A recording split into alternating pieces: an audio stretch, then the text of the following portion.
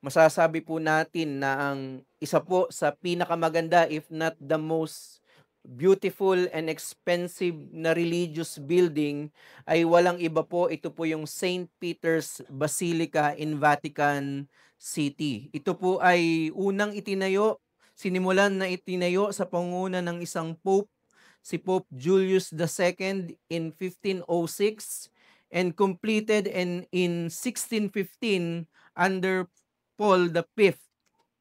At isa po sa alam natin sa kasaysayan ng Reformation, nilabanan po ni Martin Luther yung pagbebenta ng indulgence, kung saan ang indulgence ay binabayaran ito ng mga tao upang yung mga kamag-anak nila na nasa purgatorio ay mapapunta sa langit. If hindi sila nakakomit ng mortal sin at venial sin lang yung kanilang nakomit, pwede silang bumili ng indulgence. At itong mga naipon sa pagbibenta ng indulgence, ito po yung ginamit para maitayo tao. At dito po sa ating teksto, nilinaw niya na hindi galing sa sanlibutan ito ang pumasok ang Panginoong Jesucristo sa tabernakulo. Siya ay nag-alay ng kanyang sakripisyo, hindi po sa tabernakulo na gawa ng tao, kundi ito ay sa tabernakulo mismo ng Diyos. Tayo po ay nagpapatuloy sa ating ginagawang serye sa sulat sa mga taga-Hebreyo at nakita po natin na ang intention ng author sa sulat na ito ay ipakita ang kataasan, ang superiority ng ating Panginoong Hesukristo. At sa ating pong huling pangangaral, natapos po tayo sa chapter 8, kung saan nakita natin, di ba sinabi niya doon, na mula chapter 1 hanggang chapter 7, sinabi niya dito gaano kakomplikado yung mga sinabi lang mula chapters 1 to 7, sinabi niya dito sa verse 1 ng chapter 8, ay ito yung pinakabuod. Ito yung pinaka-point ng mga sinabi niya. Sabi niya, ngayon, verse 1 ng Hebrews 8, ngayon, ang pangunahing bagay na aming sinasabi ay ito, mayroon tayong gayong pinakapunong pari na nakaupo sa kanan ng trono ng kamahalan sa kalangitan. Sa lahat ng sinabi lang mula chapter 1 hanggang chapter 7, ito yung buod, ito yung pinakapunto na si Kristo ang pinakapunong pari na naghahari na. At hindi ito paghahari na gawa ng mga tao, kundi gawa mismo ng Diyos. Kaya ang naging mensahe po natin last sermon, si Jesus bilang tunay na Diyos at tao, ang perpektong sumunod sa walang hanggang kautusan ng Ama at naghandog sa tabernakulo ng Diyos upang tayo ay makatanggap ng walang hanggang pagpapala at maging bahagi ng bagong tipan. At nagpatuloy po ang manunulat dito sa Hebrews 9, hindi na po natin binasa yung 1 to 10 for the sake of time at hindi rin po yun yung masyadong bibigyan natin ng emphasis. Dahil mamaya po sa Sunday School, ipapaliwanag po natin yung purpose ng Mosaic Covenant, na ito yung point ng Hebrews 9, 1 to 10. Pero dito po sa ating pagpinag-aaralan, pagkatapos sabihin ng manunulat na ginawang lipas na or obsolete na ang lumang tipan dahil dumating na, dahil sa pagdating ng bagong tipan, inirelate naman ng author yung kanyang sinusulatan specifically sa pagsamba ng lumang tipan. Ipinaliwanag niya ano ba yung uri, ano ba yung nature ng pagsamba ng lumang tipan. Ang sabi na maging ang lumang tipan ay mayroong mga alituntunin na mula sa Diyos. Yung pagsamba nila ay galing sa mga alituntunin ng Diyos. Sabi sa verse 1 ng Hebrews 9, ngayon, maging ang unang tipan ay nagkaroon ng mga lituntunin sa pagsamba at ng isang panlupang santuaryo.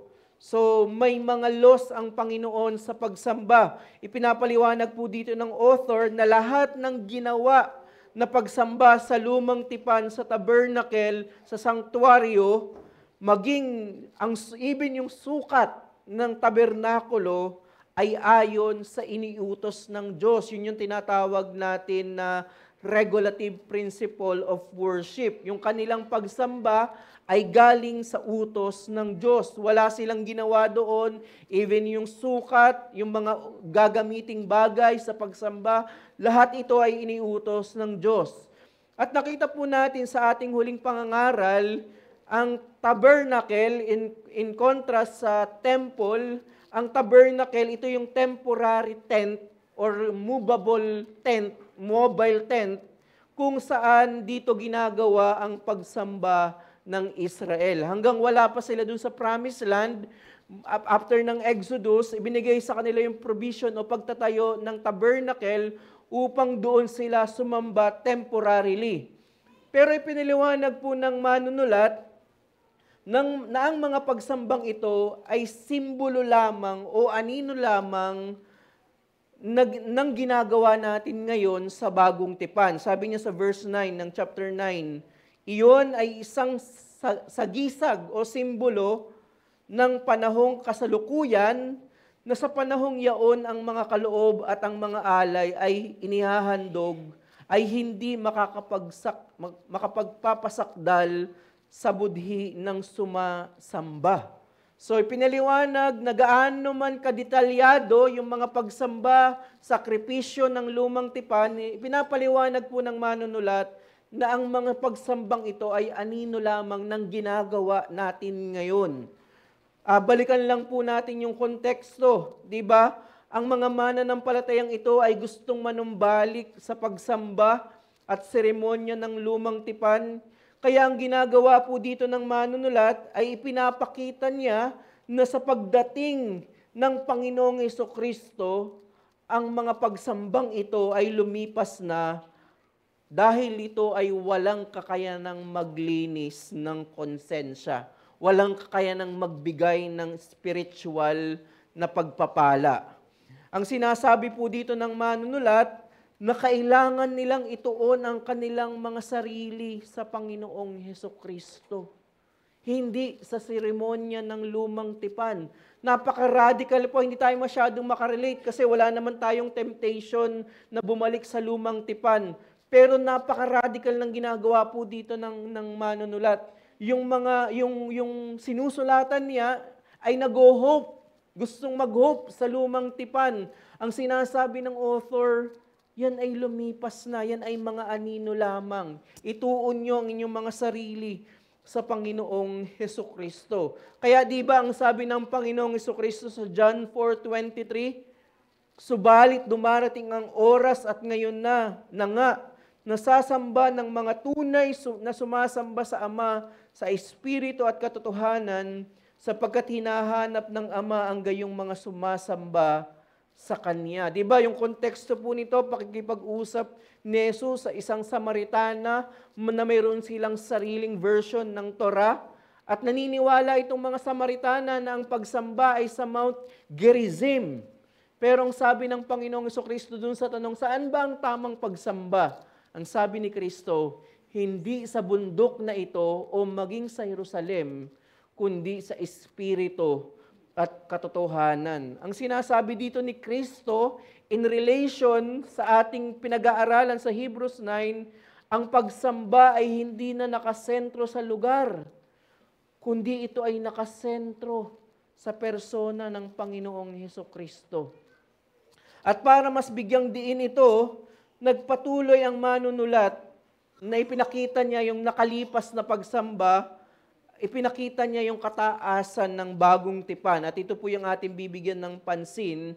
Sabi sa verse 11, ngunit, so in contrast doon sa pagsamba ng lumang tipan mula verses 1 to 10, ngunit nang dumating si Kristo na pinakapunong pari ng mabubuting bagay na darating nang sa pamamagitan ng lalong dakila at lalong sakdal na tabernakulo, na hindi gawa ng mga kamay ng tao, sa makatuwid ay hindi sa sangnilikhang ito.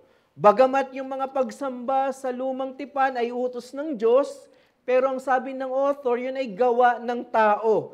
Pero yung tabernacle na pinasukan, kung saan nag-alay ang Panginoong Jesucristo, diniin dyan na ito ay hindi galing sa sanglikhang ito. Actually, ito po ay na-point out na natin sa chapter 8, verse 2. Binanggit na po yan. And then, inulit yan ngayon sa chapter 9, verse 11.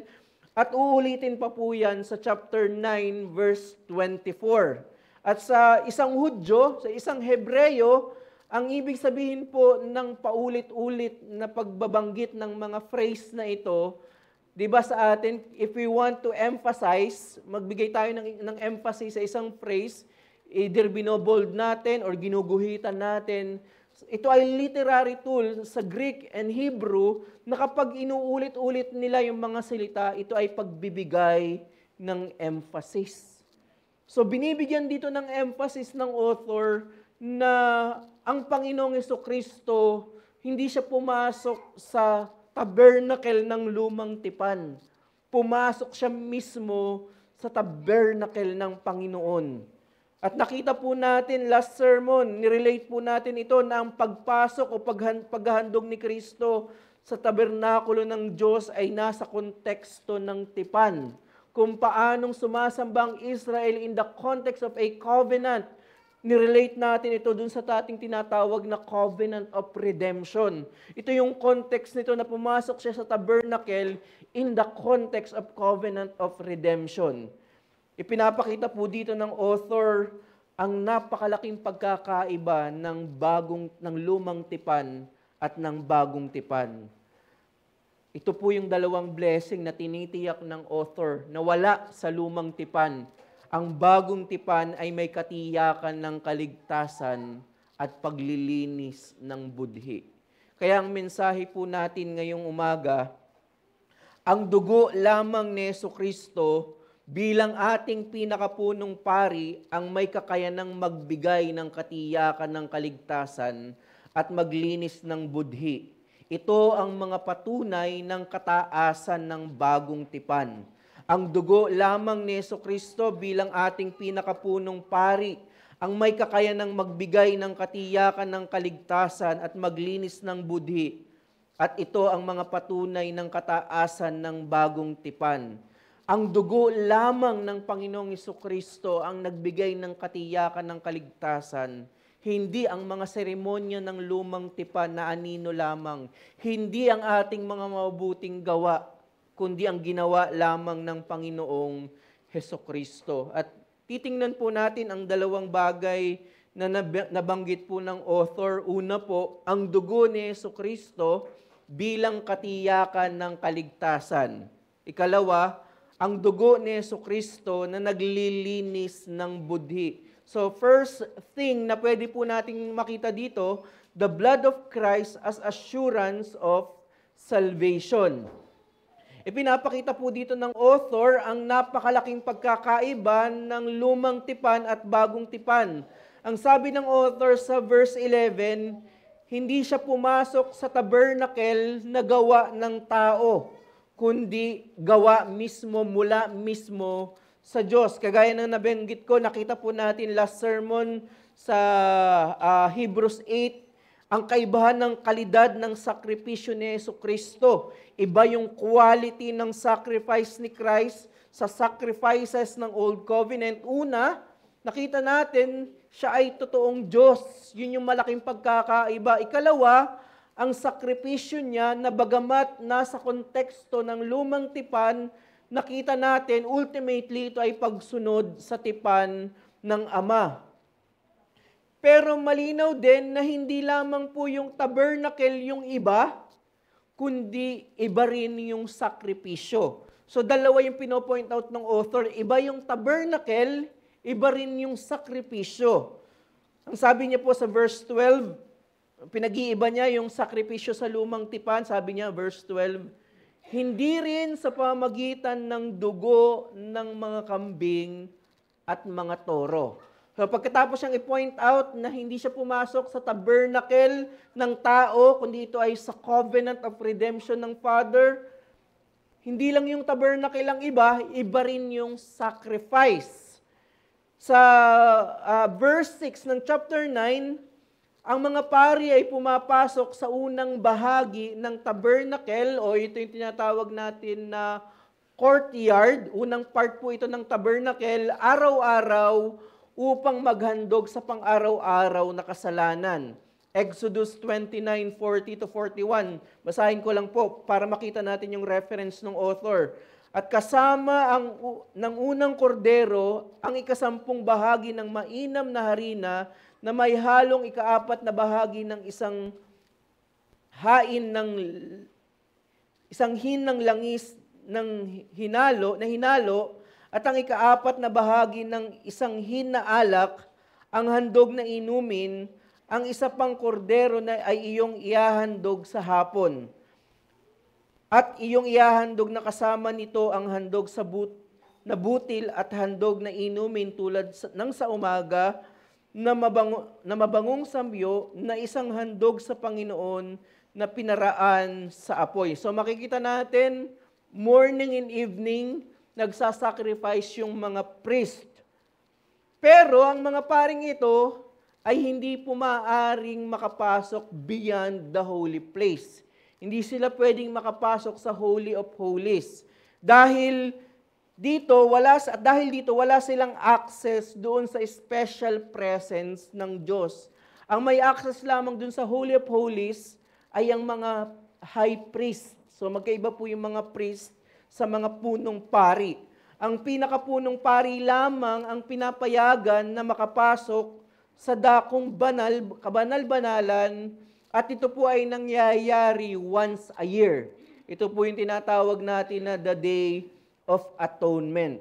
So may araw-araw na sakripisyo yung mga priest, pero yung makakapasok sa Holy of Holies ay yung mga high priest lamang. At ito ay nangyayari taon-taon, at kagaya ng pang-araw-araw na mga sacrifices, may dala rin silang mga animal sacrifices. Leviticus 16:14-15. Sabi sa mga punong pari, at siya'y kukuha ng dugo ng toro at iwiwisik ito sa pamamagitan ng kanyang daliri sa ibabaw ng luklukan ng awa, at sa harapan ng luklukan ng awa ay iwiwisik niya ng 7 ulit ang dugo sa pamamagitan ng kanyang daliri. Pagkatapos ay papatayin niya ang kambing na handog pang makasalanan na para sa bayan, at dadalhin ang dugo niyon sa loob ng tabing. Ang gagawin sa dugo ay ang gaya ng ginawa sa dugo ng toro, at iwiwisik iyon sa ibabaw ng luklukan ng awa at sa harapan ng luklukan ng awa. So ang gagawa noong sa sacrifice ng mga animal sa Holy of Holies ay yung mga high priest. Pero gaano man kataas ang gawain na ito, sila lamang yung makakapasok sa Holy of Holies. Para po sa mga punong pari ng Lumang Tipan, ang sinasabi po ng manunulat, ito ay walang halaga kung ikukumpara sa pagkapunong pari ng ating Panginoong Hesukristo. Pagkatapos sabihin na hindi sa pamamagitan ng dugo ng mga animals, ng mga toro, ang sabi dun sa second part ng verse 12, binasa natin yung first part, yung second part ng verse 12, sabi doon, kundi sa pamamagitan ng kanyang sariling dugo, siya ay pumasok na minsan magpakailanman sa dakong banal, sa gayoy tinitiyak ang walang hanggang katubusan. Hindi kagaya po ng mga pari sa Lumang Tipan, hindi siya pumasok na may daladalang animal sacrifices, kundi iniharap niya mismo yung kanyang sarili bilang sakripisyo. Di ba maganda po yung kwento ni Abraham at ni Isaac na yung love nila between father and son, na noong, di ba, yung kwento nito ay nangako ang Panginoon na si Sarah ay magbubuntis pa sa kabila na nasa 100 years old na siya. So, napakahirap tanggapin ng pangakong yon, pero tinanggap nila yon, nanampalataya doon, at ipinanganak nga si Isaac. Pero may challenge. May challenge na isasacrifice si Isaac. Pero alam natin na nag-provide ang Diyos ng sacrifice. Hindi pinatay si Isaac. Pero sa case ng Panginoong Hesukristo, walang dumating na sakripisyo. sarili mo po mismo niya ang kanyang inialay. At hindi niya kailangang magsakripisyo araw-araw o taon-taon dahil wala siyang sariling kasalanan. Pumasok siya sa tabernacle ng Panginoon ng minsanan. He entered the tabernacle of God once and for all. At nang naging resulta po nito para sa mga miyembro ng bagong tipan, hindi kagaya ng pagiging temporary ng lumang tipan, kaya kailangan nila itong gawin taon-taon at araw-araw. Ang sabi po ng author natin, pumasok lamang ng minsana ng isang beses ang Panginoong Jesucristo sa tabernacle ng Panginoon upang maging sakripisyo. Ang sabi ng author, sa gayoy, tinitiyak ang walang hanggang katubusan. Idinidiin po dito ng author ang completeness and eternality of Christ's sacrifice. Kompleto, perpekto, eternal, hindi kagaya ng handog sa lumang tipan. Kaya ang point po natin dito, ang dugo at kamatayan lamang ni Hesukristo ang pundasyon at nagbibigay ng katiyakan ng ating kaligtasan. Walang iba. At ang katiyakan na ito ay hindi lang pang isang araw, hindi kagaya ng mga sakripisyo ng pari sa lumang tipan, hindi rin ito valid lamang ng isang taon, yung para mga insurance natin, kailangan nating i-renew. Walang renewal itong sakripisyo na ito. Ito ay ginawa ng Panginoong Jesucristo once and for all in eternity past upang maging tiyak din eternally ang ating kaligtasan. Ito ay isang beses lamang at pangwalang hanggan. Hebrews 2 verse 10, sapagkat nararapat na ang Diyos na para sa Kanya at sa pamamagitan niya ay nagkaroon ng lahat ng mga bagay sa pagdadala ng maraming anak tungo sa kaluwalhatian, ay gawing sakdal ang tagapagtatag ng kanilang kaligtasan sa pamamagitan ng mga pagdurusa. Tiniyak ng ating Diyos sa pamamagitan ni Kristo ang ating kaligtasan noong pumasok ang Panginoong Jesucristo sa tabernacle. Kaya magandang paalaala po sa atin na may mga panahon na iniisip natin na hindi na tayo kayang patawarin ng Diyos dahil sa bigat ng ating mga kasalanan. Ito po ang pangunahing problema ng mga taga-Hebreyo. Iniisip nila na hindi sapat si Kristo, kailangan namin yung mga seremonya sa lumang tipan. Iniisip nila na hindi eternal, hindi sapat yung alay ni Kristo sa tabernacle ng Diyos, kundi kailangan naming balikan kasi nakikita namin tangibly yung mga sakripisyo na ito. Kaya ang talatang ito ay para po sa lahat ng mga nanghihina at nagdadoubt para sa kanilang kaligtasan. Kung ikaw ay totoong kay Kristo, tiniyak ng dugo ni Kristo ang iyong kaligtasan. At tinitiyak niya ito palagi, every Lord's Day. Kaya ang hamon sa atin sa katotohanan ito, sumamba tayo ngayong Lord's Day at maglingkod tayo araw-araw sa Panginoon nasaan man tayo, sa katotohanan ng wala nang pwedeng magkundi na sa atin. Tiniyak ni Kristo ang ating kaligtasan sa pamamagitan ng kanyang dugo. At dapat dyan ka mamahinga. Dyan mo hanapin ang identity mo sa ginawa ng Panginoong Jesucristo sa persona ng Panginoong Jesucristo. May mga maling pananaw patungkol sa katunayan na iniibig tayo ng Diyos. While totoo na ang mga daily provision, yan ay katunayan din ng pag-ibig ng Diyos, pero kadalasan nakikita na lang natin ang pag-ibig ng Diyos kung nagtagumpay ba ako sa trabaho ko, nagkaroon ba ng answer yung prayer ko. Again, totoo yun, galing yun sa Panginoon. But ultimately speaking, the most concrete proof that we are loved by a holy God, despite sa ating pagiging makasalanan, 2,000 years ago, Christ died for us.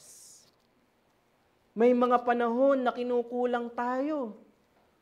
Pero ang totoong patunay na inibig ka ng Panginoon ay hindi nagbabago. Nangyari ito 2,000 years ago. Sabi ni Apostle Paul, Romans 5:8, "But God shows His love for us, in that while we were still sinners, Christ died for us." Again, hindi ko po sinasabi na yung daily provision ay hindi yun pagpapakita ng love ng Panginoon.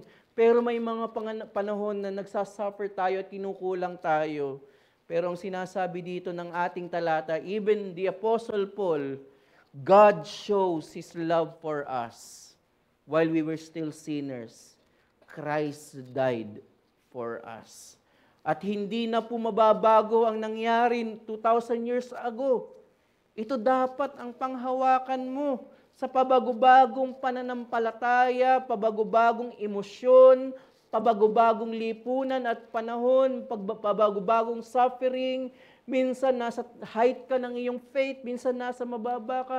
Salamat sa Panginoon na hindi dito nakadepende ang assurance natin, kundi sa katotohanan na naghandog ang Panginoong Hesukristo sa tabernacle ng Diyos upang tiyakin ang iyong kaligtasan.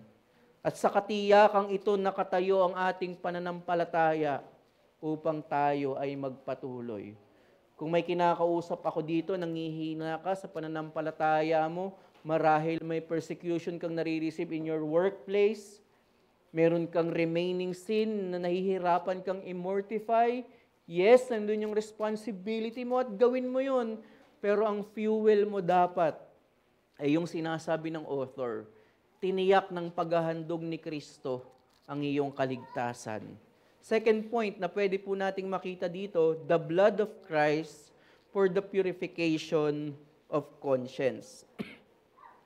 Nagpatuloy po ang manunulat sa pagpapaliwanag sa ikalawang ginagawa ng dugo ng Panginoong Hesukristo at malinaw na ito ay hindi kayang gawin ng mga sakripisyo sa lumang tipan.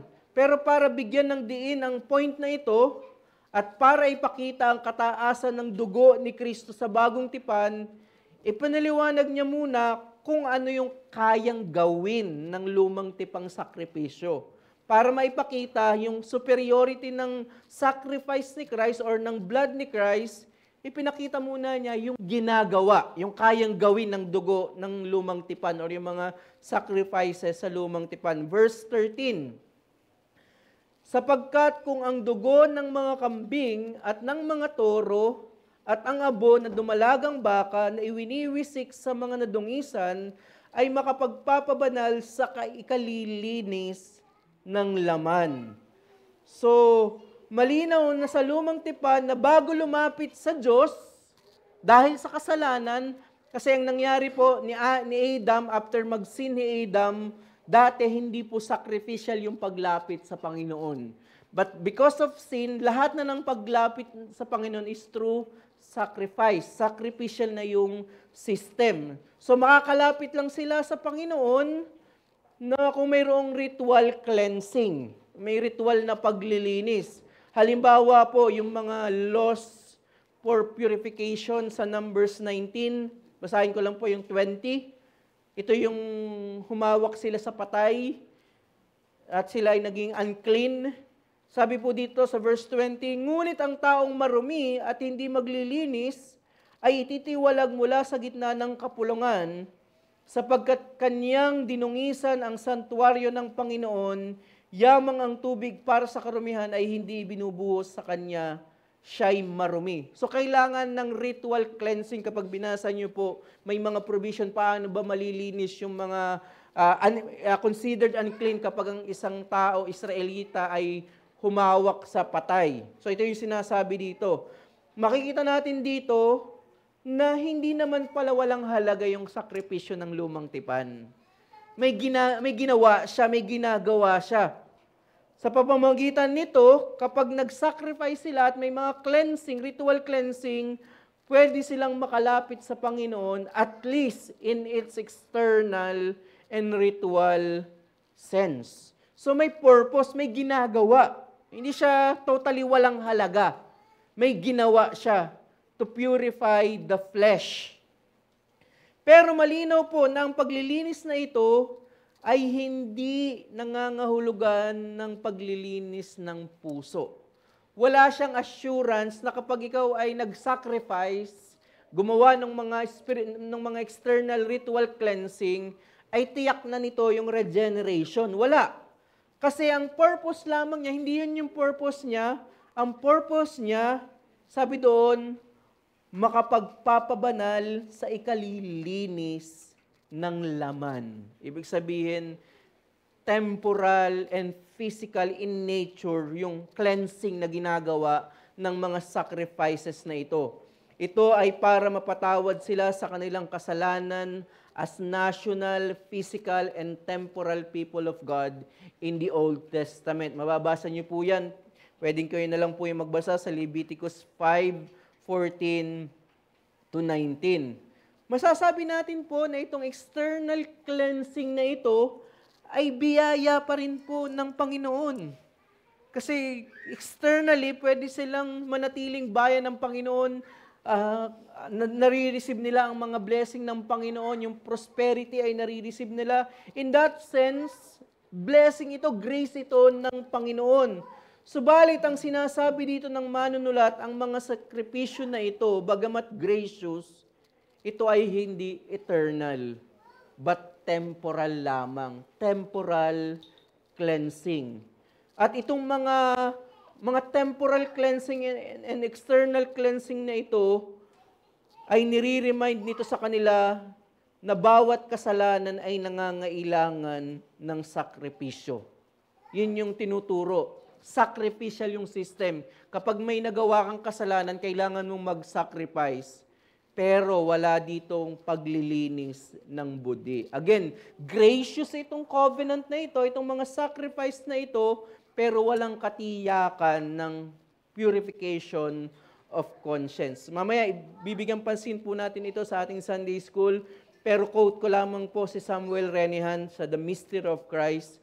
Sabi ni Samuel Renihan, the Mosaic Covenant demonstrates God's kindness and graciousness by providing not only a way for Israel to address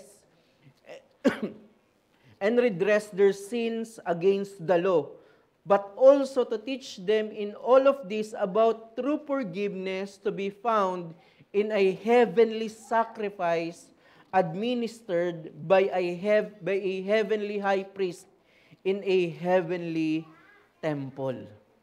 So, yun yung point dito ng author na ito ay simbolo lamang, sagisag lamang ng ginagawa natin ngayon, sabi ng author. Ang sabi ng author, kung ang mga sakripisyo na ito ay effective upang linisin ang Israel sa kanilang external sin, magbigay ng external righteousness, effective ito. Ang sabi ng author sa verse 14, gaano pa kaya ang dugo ni Kristo? So kung nagagawa ng Old Covenant sacrifices yung kanyang purpose, itinaas sa level yung dugo ni Kristo. Gaano pa kaya ang dugo ni Kristo? Na sa pamamagitan ng walang hanggang espiritu ay inihandog ang kanyang sarili na walang dungis sa Diyos, ay maglilinis ng ating budhi mula sa gawang patay upang maglingkod sa Diyos na buhay. So kung ginagawa ng Old Covenant sacrifices, yung purpose niya, yung kanyang trabaho, effective yon, ang sinasabi dito ng author, how much more the blood of Christ. Christ, inihandog ng Panginoong Jesucristo ang kanyang sarili, hindi sa pamamagitan ng panlabas na paglilinis, kagaya ng ginagawa ng mga pari sa lumang tipan. Ito yung malaking pagkakaiba. May external cleansing yung mga priest in the Old Covenant, pero malinaw sa ating teksto ang kanyang paglilinis, sabi doon, sa pamamagitan ng walang hanggang Espiritu.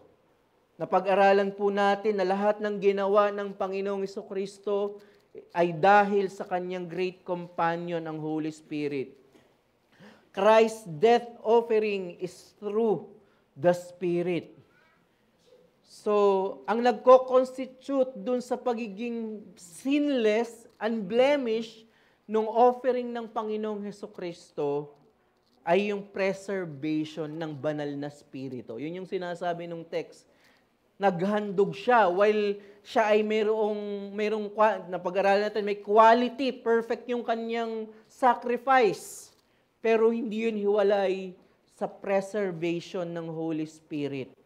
At dahil walang dungis si Kristo, ang pagpapala nito sa atin, ang sabi doon, upang maglinis ng ating budhi mula sa mga gawang patay upang maglingkod sa Diyos na buhay.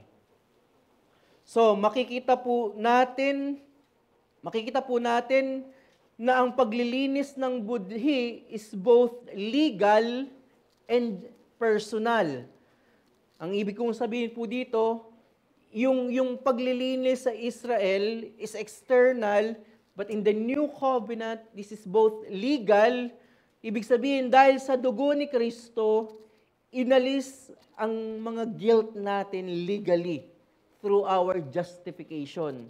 Ibig sabihin, kapag pag-uusapan yung legal na problema natin sa hukuman ng Diyos, yung blood ng Panginoong Hesukristo ay inalis yung guilt. Tinuturing ka ng matuwid ng Panginoon, hindi dahil matuwid ka, kundi sa dugo ng Panginoong Hesukristo.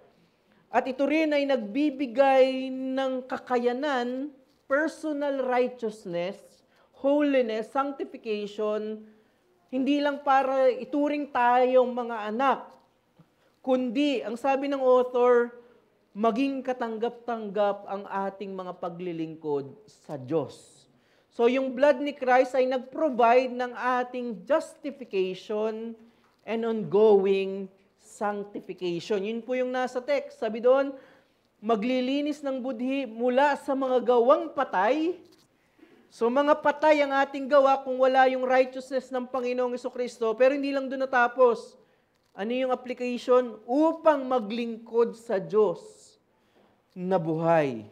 Kaya ang point po natin, ang tinapos na gawa ni Hesukristo ang nag-alis sa atin ng guilt upang tayo ay makapamuhay ng mayroong masayang paglilingkod sa Diyos. Ito po ang pagpapala. Ito po mga pagpapala na tinanggap ng mga miyembro ng bagong tipan. Ito yung bagay na hindi kayang i-provide ng lumang tipan. Ang bagong tipan ay nagbigay ng justification and sanctification at kasama doon at ibang-ibang mga blessing, regeneration. Pero yung point doon, upang makapaglingkod tayo, upang maging katanggap-tanggap ang ating mga paglilingkod. Ang pwede po nating makita dito, i-apply po natin ito on a church level. May mga panahon that we are frustrated sa immaturity ng ating mga kapatid.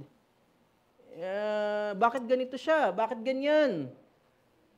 Frustrated tayo. Bakit yung kabanalan nila ay hindi kapantay ng kabanalan ko? We are frustrated sa immaturity ng ating mga kapatid. For example, sa pananamit. Nasa church, ganyan manamit. So, we are very frustrated sa immaturity ng ating mga kapatid. Ang pwedeng maging resulta nito ay mag-impose tayo ng mga utos na wala naman sa Biblia.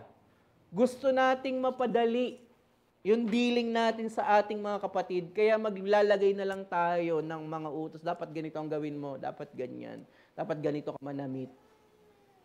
Ayaw natin yung sakit sa ulo sa dealing natin sa kapatid.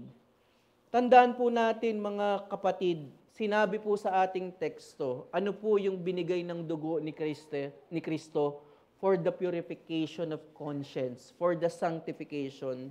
Tandaan po natin na anuman ang level of faith ng ating mga kapatid, kung siya ay totoong mananampalataya, tiniyak ni Kristo ang kanilang kaligtasan sa pamagitan ng kanyang sariling dugo. At kasama dito, ang nagpapatuloy na paglilinis ng Diyos sa kanila.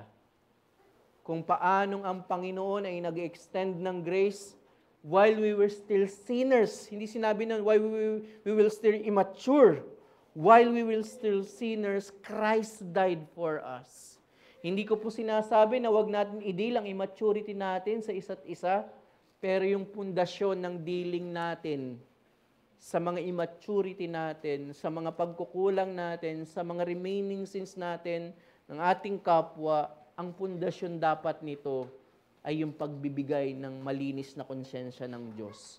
Yung nagpapatuloy na pagpapabanal ng Diyos.